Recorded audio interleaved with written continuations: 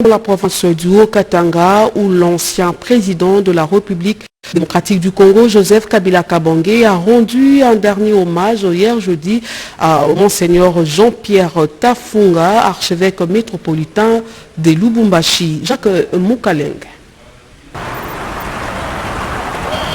Jeudi 8 avril 2021, Lubumbashi, capitale du pays, le raïs Joseph Kabila Kabange, ancien président de la République démocratique du Congo, à l'église cathédrale Saint-Pierre et Paul.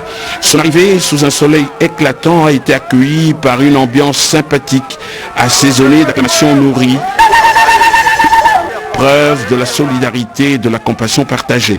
La fraternité a donné de la saveur à cette en l'église.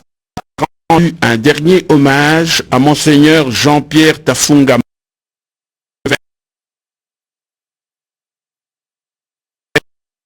du recueillement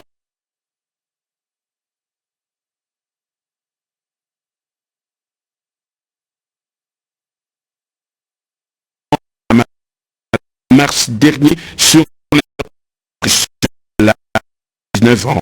Joseph Kabila Kabange, fervent chrétien, sénateur à vie, autorité morale du Front commun pour le Congo, s'est dirigé vers l'archidiocèse où il a couché sa pensée dans le registre des condoléances, témoignage éloquent de la déférence envers l'illustre disparu, serviteur de Dieu infatigable qui a marqué de son vivant le Grand Katanga et le Sud Kivu. Regard étincelant de chaleur humaine et de solidarité, d'un calme olympien, le raïs a arboré le rire avant de tourner à la Jeep pour la résidence de Kachama.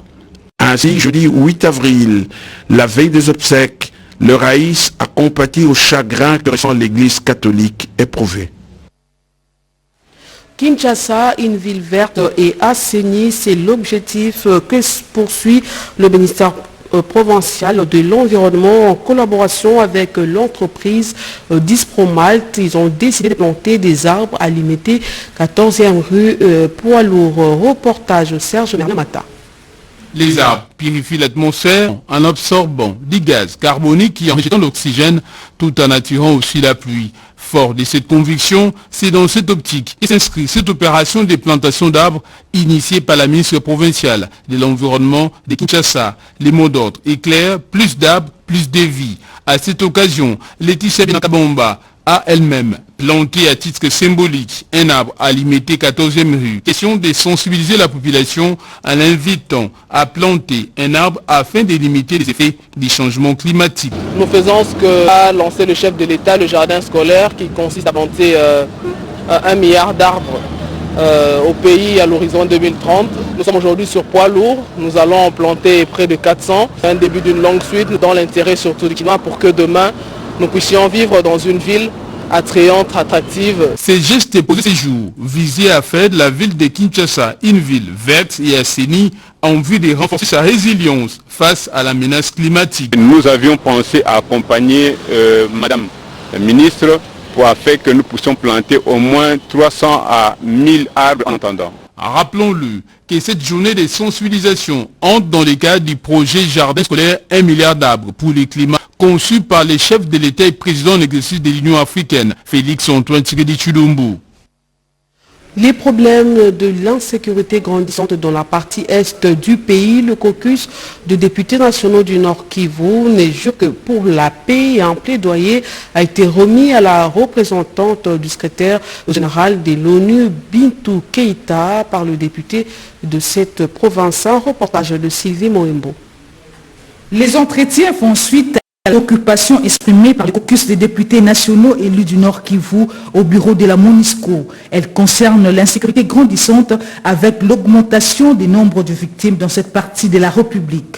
Il est temps d'étudier les voies et moyens pour apporter les de la situation de nos compatriotes, a insisté le président du caucus des députés nationaux du Nord Kivu, le député national Singoma Mwanza, à l'intention du représentant spécial du secrétaire général des Nations Unies, Madame Bintou Keïta. Le droit de manifester, c'est un droit tout à fait normal que nos populations doivent avoir et nos jeunes et différents mouvements. Mais la destruction des biens, ça par contre, nous demandons que les gens en tout cas refrainent et ne fassent pas ça. Alors c'est un appel au calme, en tout cas pour manifester. mettre le respect des lois de la République. Et dans tous les cas, pour assurer ceux qui nous écoutent, c'est que leurs préoccupations sont les nôtres. C'est-à-dire les massacres vivent au quotidien, nous les vivons aussi comme un drame au quotidien.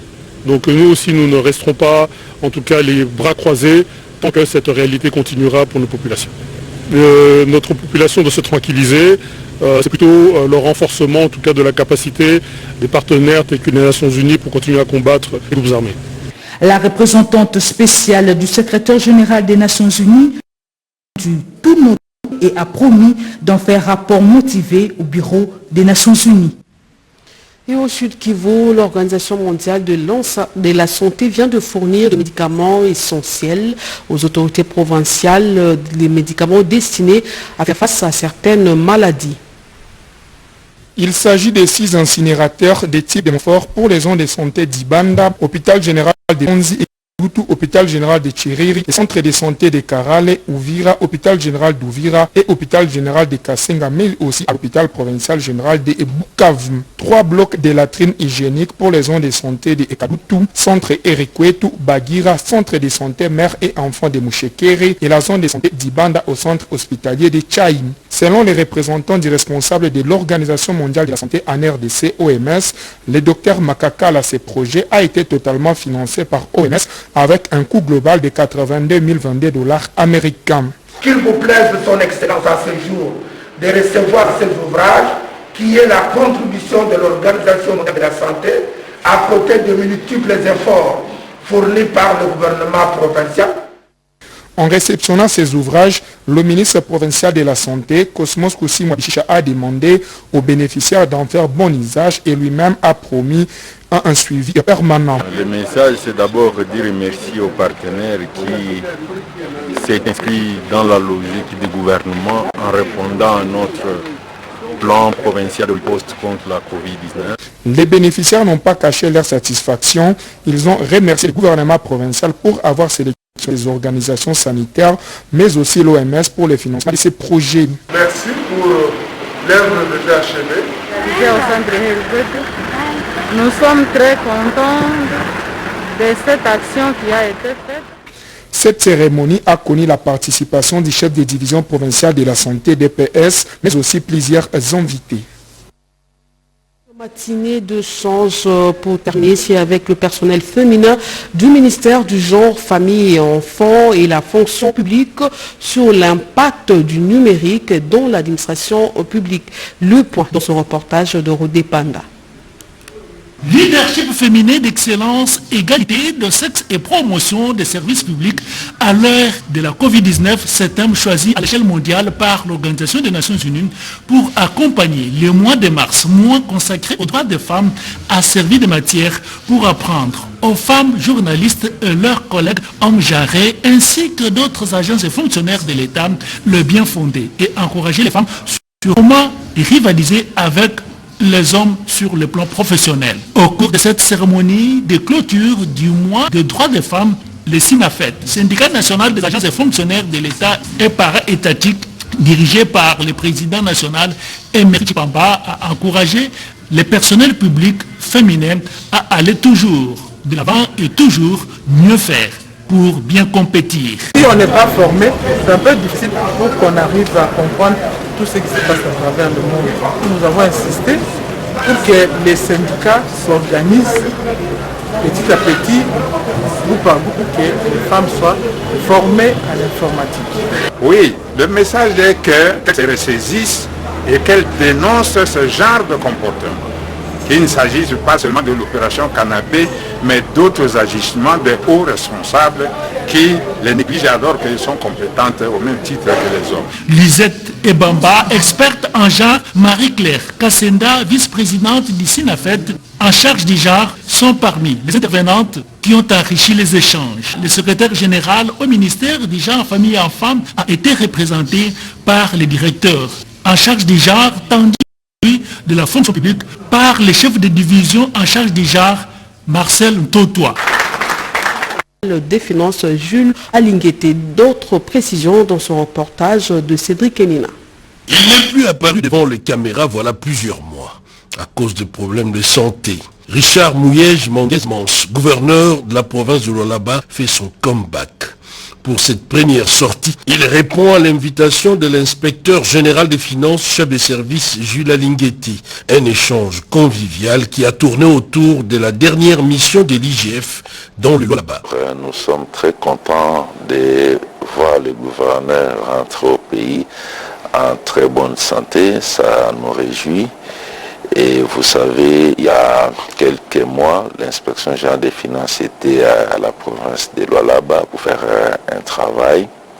Il est tout à fait normal que, comme il est rentré, que nous puissions avoir des échanges autour des observations et des recommandations que l'inspection générale des finances avait formulées et voir de quelle manière nous pourrions matérialiser certaines choses qui ont été relevées par l'inspection générale des finances. Le chef de l'exécutif provincial du Lualaba en a profité pour appeler à l'unité des filles et fils de son entité administrative.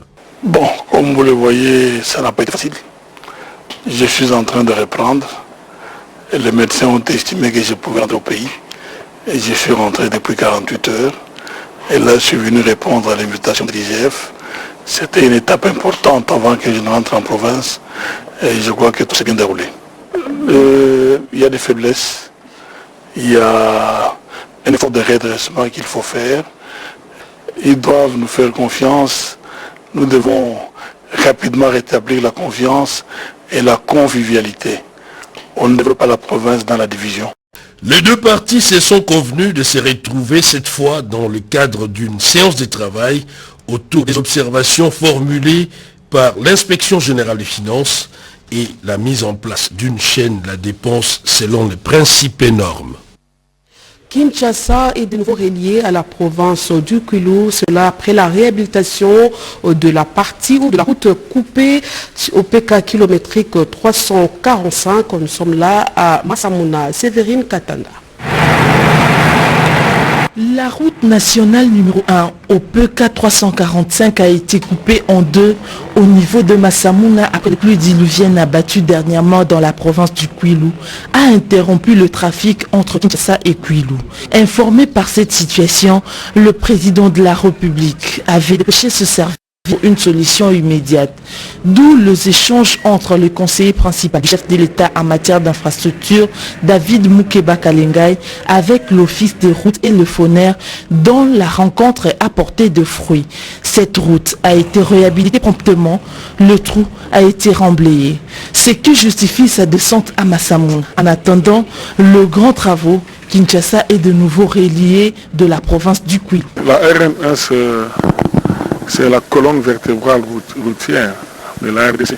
Nous avons été dépêchés ici, mais avant de quitter Kinshasa, quelques solutions ont déjà été entreprises par l'office des routes qui a reçu l'ordre de la direction du cabinet du chef de l'État pour pouvoir disposer des fonds afin de pouvoir apporter des solutions à ces problèmes. Avant de quitter Masamuna, le conseiller principal du chef de l'État, David Mukeba Kalengai, a visité la route de Bondo, qui connaît un affaissement d'Andalo et